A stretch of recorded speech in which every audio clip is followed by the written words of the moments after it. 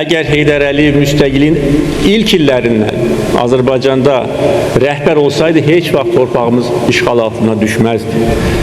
Azərbaycanın Heydər Əliyevə qədər bütün rəhbərləri fərarilik etmiş və xalqı və ölkəni ağır vəziyyətdə tərk etmiş, qaçmışlar. İkisi Moskvaya, biri Kələkiyə. Bu fərarilikdir, bu satqınlıqdır, bu xəyanətdir. Liderin vəzifəsidir dövləti qorumaq, liderin vəzifəsidir xalqla bir yerdə olmaq.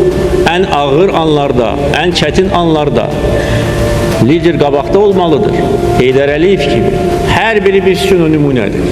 Və burada əyləşən gənclər də bilməlidirlər bu tarixi. Mən dəfələrlə bunu demişəm.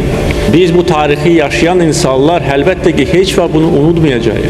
Və bugünkü uğurlu inkişafımızı hər zaman qiymətləndirəcəyik. Gənclər bunu görməyiblər. Onlara elə gəlir ki, həmişə belə olur. Onlara elə gəlir ki, elə Azərbaycan həmişə belə çiçəklənən, firavan dövlət olur. Elə deyildi. Bu günləri biz yaxşı xatırlayırıq. Xalq Cəbhəsi Musavat cütlüyünün xəyanətkar hakimiyyəti dövründə çörək növbəsində saatlarla, 10 minlərlə insan dayanırdı.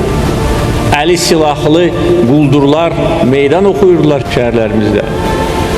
İnsanları incidirdilər, uğurlayırdılar. İşgəncələr verirdilər, jurnalistləri döyürdülər. Məhz Xalq Cəbhəsi Musavat hakimiyyəti Azərbaycanda senzura tətbiq etmişdir. Özünü demokrat adlandıran bu ünsürlər Heydər Əliyev hakimiyyətə gələndən sonra senzuranı ləğv etdi. Bu tarixi gənclər bilməlidir və müəllimlər bu tarixi onlara çatdırmalıdırlar ki, həm ona görə ki, həqiqəti bilsinlər, həm ona görə ki, heç vaxt bundan sonra gələcəkdə Azərbaycan bu ağır vəziyyətə düşməsin. Heç vaxt Azərbaycan gözü kölgəli olmasın. Heç vaxt başqasının iradəsindən asılı olmasın. Heç vaxt başqa dövlətlər qarşısında baş əyməsin.